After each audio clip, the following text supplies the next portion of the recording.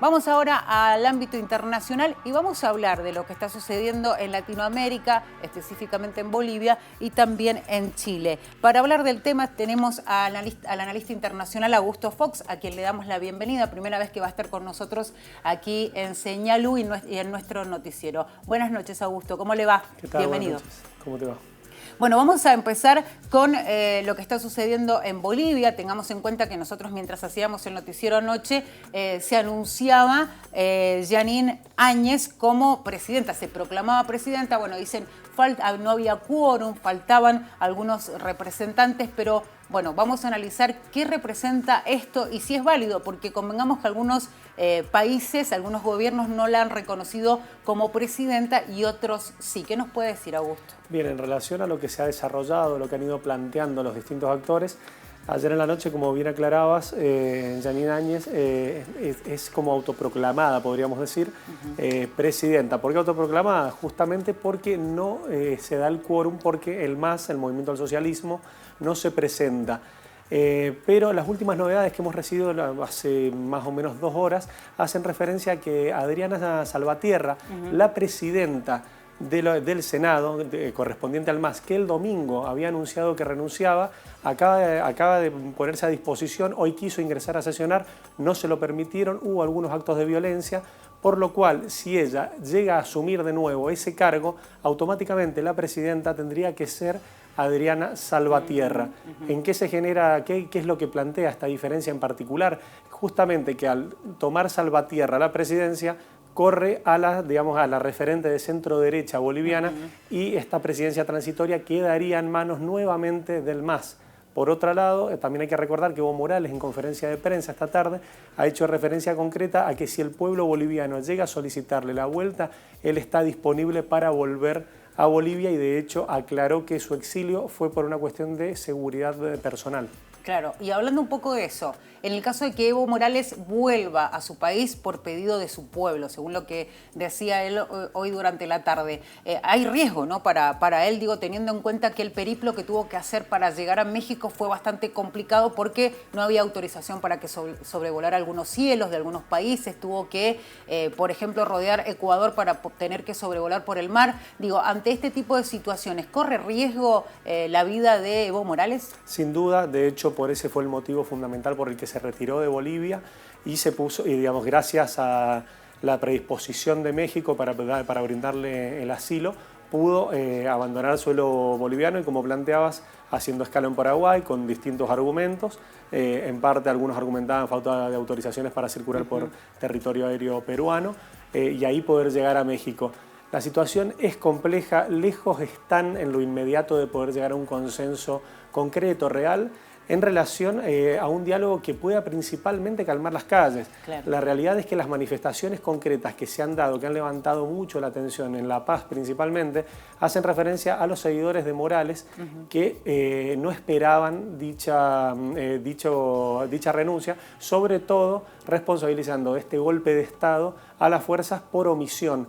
Una vez que las fuerzas dejan de cumplir el rol y pasan a intervenir con un asesoramiento del cual no tienen competencia, porque el jefe de las Fuerzas Armadas es el presidente de la Nación, se interpreta como un golpe de Estado.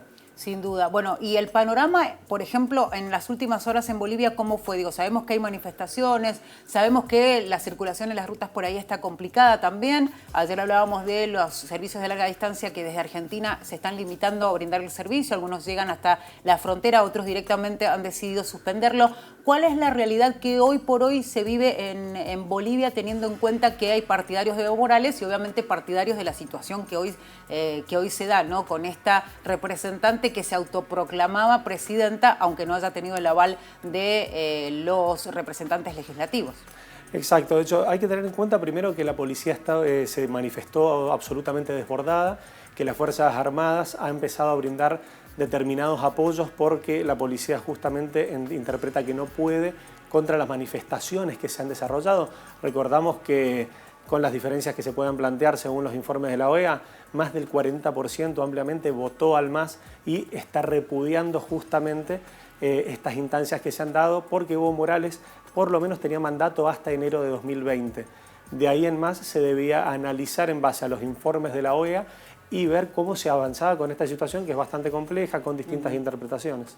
Bueno, ahora vamos a ir a Chile a analizar lo que está sucediendo en ese país, teniendo en cuenta también que Sebastián Piñera anoche, pasaba las 10:30, decidía emitir un mensaje en el cual hablaba y llamaba a los chilenos a trabajar por acuerdos relacionados, por un lado, con la Constitución, que es una de las cosas que vienen reclamando, esa modificación, habló de plebiscito, pero también habló de la seguridad y la paz en su país. ¿Cuál es el análisis que haces, Augusto, en relación a esto?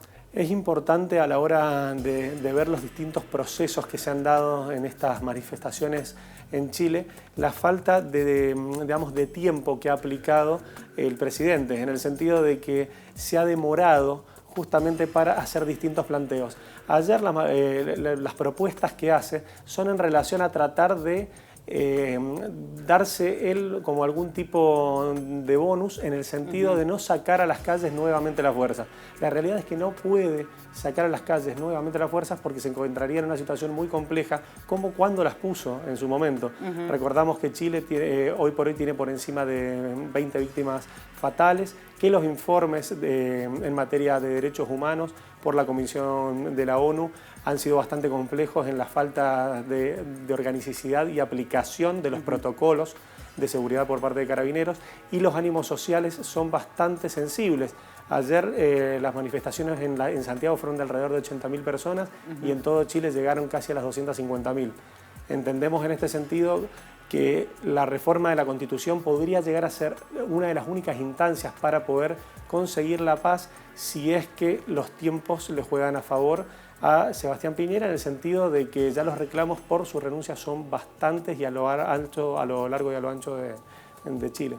Bueno, y una de las cosas que también había generado algo de polémica era que hablaba de reincorporar a integrantes de Carabineros o de los policías de investigaciones que estuvieran retirados, esto en pos de establecer seguridad, cuando en realidad incluso aquellos que se manifiestan dicen que genera más violencia ver a Carabineros o a las fuerzas del ejército en las calles, ¿no? Sin duda, creo que de hecho la pregunta que vos hacés lo responde, en el sentido de que Chile tuvo un proceso militar muy largo, del 73 al 89-90. Las heridas han quedado abiertas porque recordemos que Chile no tuvo los procesos que ha tenido la Argentina en reconstrucción de la memoria, y eso es fundamental a la hora de encontrar estos reclamos estructurales. Bueno, vamos a estar a la expectativa, ¿no?, de lo que suceda también en el vecino país, sobre todo porque algunas protestas son más pacíficas, otras por ahí son más violentas. De hecho, ayer veíamos lo que sucedía con la Embajada Argentina, lo que contaba José Octavio Bordón, que tuvieron que ser evacuados con un vehículo blindado porque específicamente en ese lugar la manifestación era muy violenta. Y digo esto también porque algunos reportes de medios chilenos y de medios argentinos que están en ese lugar hablan de la situación difícil que viven muchos chilenos que quieren volver a la normalidad, más allá de que siguen con su reclamo porque lo tienen, lo hacen legítimo, pero de alguna manera tienen mucho temor por las situaciones de violencia que se desatan, ¿no? Tal cual. De hecho, hay una cuestión que ha sido una constante, que es el no tener una persona o una entidad de diálogo concreta enfrente, alguien con quien poder generar un posicionamiento, generar un planteo, y esto dificulta aún más la capacidad de diálogo.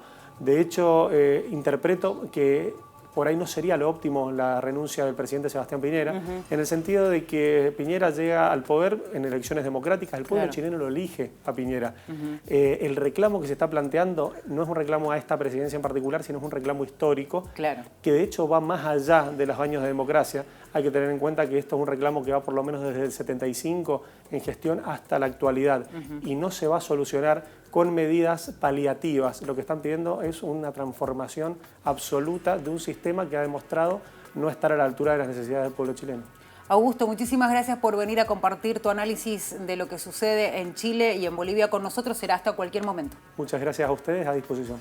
Augusto Fox, analista internacional, con nosotros aquí haciendo su aporte en relación a lo que está sucediendo en la región. Nos vamos a ir a una pausa. Enseguida regresamos. www.unidiversidad.com.ar